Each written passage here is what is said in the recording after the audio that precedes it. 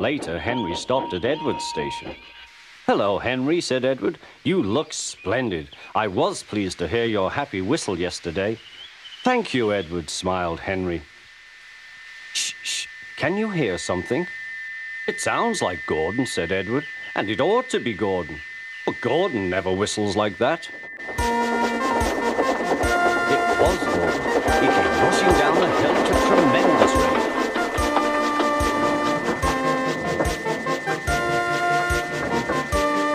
He didn't look at Henry, and he didn't look at Edward. He screamed straight through the station and disappeared.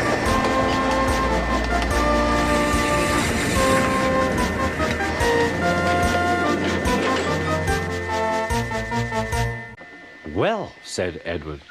"It isn't wrong," chuckled Henry, "but we just don't do it." And he told Edward what Gordon had said.